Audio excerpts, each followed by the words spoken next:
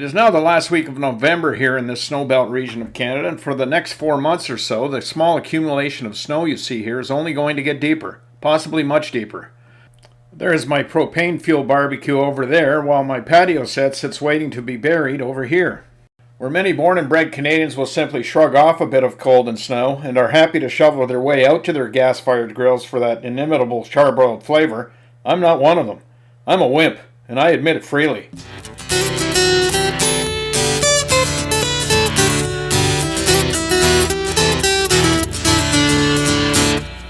Unless you are willing to add a suitable powered cooking vent with fire suppression and air quality monitoring systems, charcoal or gas-fueled barbecues with an open flame should never be used in an attached garage.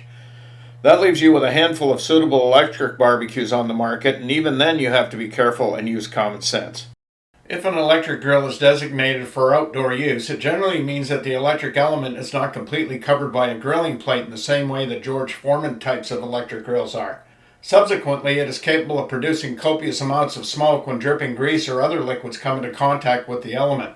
Despite the fact that air quality while cooking in an attached garage can be controlled by simply keeping the garage door open slightly, or completely refreshing the air by opening the garage door if too much smoke builds up inside, it is not the same as cooking outdoors. However, once fire safety concerns are met in not using fuels that produce open flames and air quality is addressed, there is no reason why you cannot safely produce delicious barbecued foods in your attached garage with a responsibly used electric barbecue.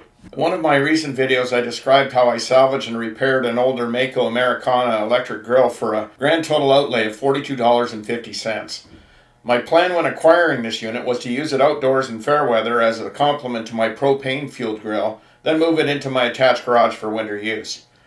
Rotisserie use is not an issue simply because the electric element is turned 90 degrees and has nothing dripping on it. The food being cooked this way will produce some steam but very little smoke while still producing the sought-after charbroiled flavor. Barbecuing on a grilling grate with the electric element in the horizontal position, on the other hand, is a completely different matter.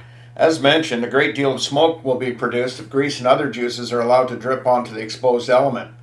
This can be remedied by either using a grill plate or suitably sized grill mat, or in my case, both. Now it is time to test my setup, and to do so I will be grilling 4 beef burgers and 4 veggie burgers straight from the freezer. You'll notice that the veggie burgers are impossible to separate while frozen, so I will let the grill do the defrosting work for me. This is admittedly producing a bit more smoke than I thought it would, but it's still quite manageable at this point.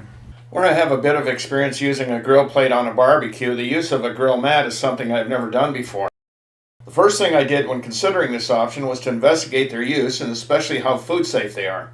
The short summary is if they are used properly, there are no issues with food safety, while they offer a great number of advantages, not the least of which is easy cleanup of your grill. Now let's jump to the finished product. You can see that the veggie burger that was on the grill mat has more pronounced grill marks.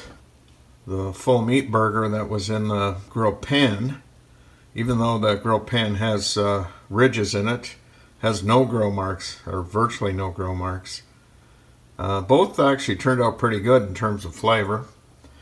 The charbroil flavor is not quite as pronounced as it was when I was cooking directly on the grill, but it's still pretty good. At this point, I am forced to concede that where grill pans or plates certainly have their uses, a grill mat utilized in this manner seems to be the better option. So let's take a closer look at grill mats. First, what are they? Most grill mats are about 0.25 millimeters thick, constructed of fiberglass cloth and coated with PTFE. That's the same compound used on non-stick cooking pans. They offer several advantages in barbecue cooking, including keeping grill grates clean and preventing smaller pieces of meat and vegetables from falling down into the barbecue. They are also inexpensive, reusable, easy to clean, and leave nice pronounced grill marks on the food. Due to the material being waterproof, it formed an ideal barrier to prevent grease dripping from the barbecued meat onto the electric element, thereby dramatically decreasing the smoke produced. I can see now that I'm going to have to do a video on grill mats. Look for that video coming soon. Well, that's it for today. Thank you for watching. Please consider subscribing, and as always, I hope to see you next time. When the stars won't shine for you, and your dreams turn black and blue, on those dark nights you'll be alright, I'll be right there with you. Together we'll see it through.